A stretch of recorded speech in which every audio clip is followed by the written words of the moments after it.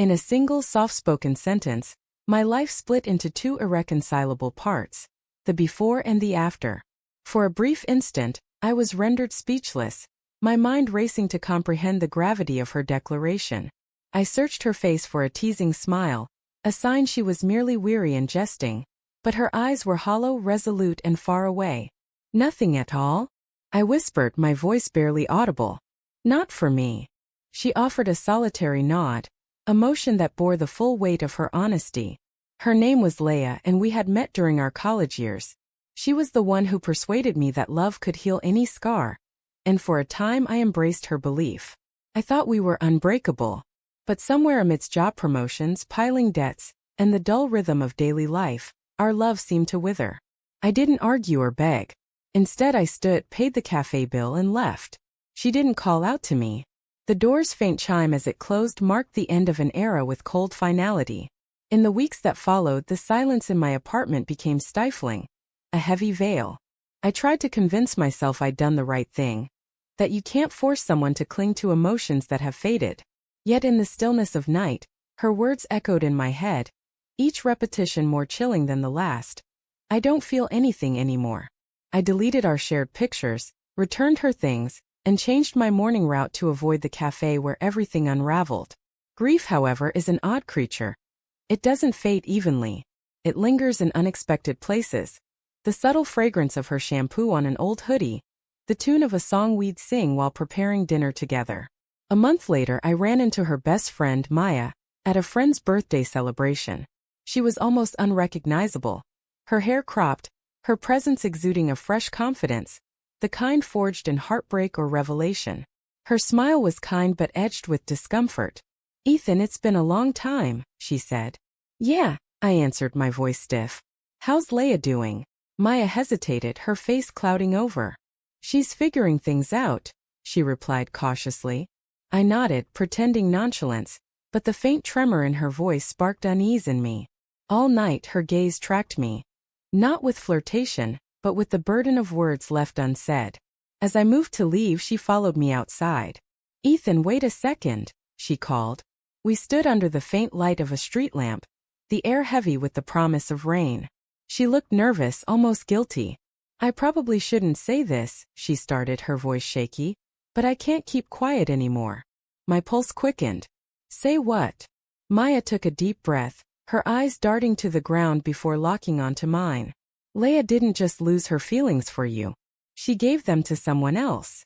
My brow creased. "What are you saying?" She stepped nearer, her voice dropping to a murmur. "She's been seeing someone else for a while. Before she told you she felt nothing." The truth hit like a physical strike, more painful than I'd expected. I'd imagined distance, indifference, even sorrow, but betrayal? That was a different monster. My throat constricted. "Are you sure?" I asked. Maya nodded solemnly. "I saw them together multiple times. I told her it was wrong, but she said she'd end it soon. Instead, she lied to you." The street seemed to close in around me, each breath heavier than the last. "Why tell me now?" I asked quietly. She paused, then whispered words that chilled me. "Because she's not the only one keeping secrets, Ethan. If you're not careful, you'll discover just how far this deceit goes." I stared at her, completely baffled. "What do you mean by that?" Maya glanced over her shoulder, as if checking for listeners, then leaned closer. "Leah wasn't cheating with someone, Ethan. She was cheating on someone else, and you were part of it." For a moment her words didn't sink in. My mind rejected their meaning. "What do you mean I was part of it?" I asked, my voice low and unsteady. Maya's expression darkened. "Leah wasn't single when you met her, Ethan. She told you she was, but she wasn't. There was another man, someone she never truly let go of. You were her escape, her way out. And when things got too serious, she went back to him." The ground seemed to tilt beneath me. Memories that once brought warmth now felt poisonous. The night she showed up at my door, tears streaming, saying she'd fought with her ex. It wasn't a breakup, but a temporary slip. I was the distraction, not the destination.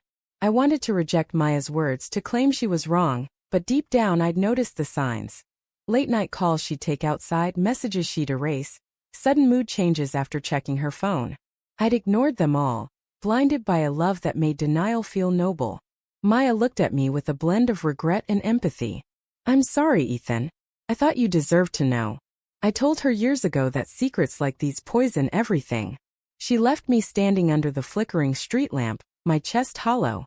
I didn't go home immediately. I wandered, craving the sharp sting of the night air, even if it hurt to breathe. Back in my apartment, I poured a drink and sat in the dark. The silence was different now. Not sad or calm, just empty. I replayed every moment with Leia. Every word, every smile, every apology. Each now feeling orchestrated. Somewhere between my first and second drink, my phone vibrated. A text from an unknown number. You spoke to Maya. My blood chilled. Another message came. Whatever she said, she doesn't know everything. It was Leia. I didn't reply. For the first time in years, I had nothing to say. But she kept texting. I never meant to hurt you, Ethan. I was caught in a lie, but you were the only true thing in my life. I stared at the screen, her words blurring. It was a bitter irony, how someone could break you and still seek forgiveness to soothe their own conscience. After a long pause, I typed back. Real love doesn't start with lies. Then I blocked her number. The days that followed blurred into a fog of work, silence, and fitful sleep. My friends noticed the shift in me, but I couldn't bring myself to explain. How could I admit I'd spent 5 years building a life on borrowed love? That the woman I thought I'd lost was never truly mine? One evening, Maya called again. She's gone, she said. Left town. Didn't tell anyone where. I let out a breath I didn't know I was holding. Good, I said simply. Maya paused. I didn't tell you to hurt you, Ethan. I told you because I've seen too many people waste their lives chasing shadows. I know, I replied softly.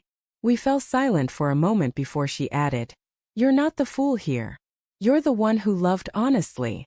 Her words stayed with me long after the call ended. Months later, the pain began to fade. I stopped analyzing the lies and started noticing small joys again. The scent of fresh coffee in the morning, the soft patter of rain against my window, the warm glow of the city at twilight. One afternoon, I bumped into Maya at a bookstore.